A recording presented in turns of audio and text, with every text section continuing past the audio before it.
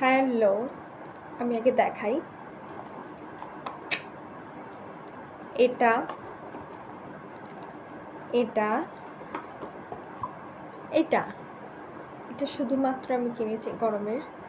এর আগেও আমি ডট অ্যান্ড কি প্রোডাক্ট ব্যবহার করেছি।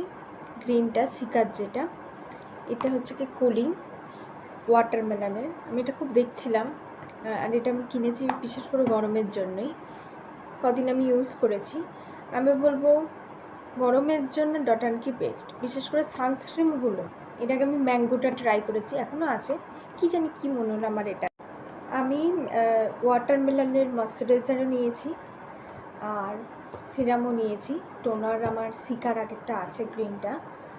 তো ময়শ্চারাইজারটা মাখলে মুখটা পুরো ঠান্ডা হয়ে যায়। এখানে আইস কুলিং জেল দেখায়,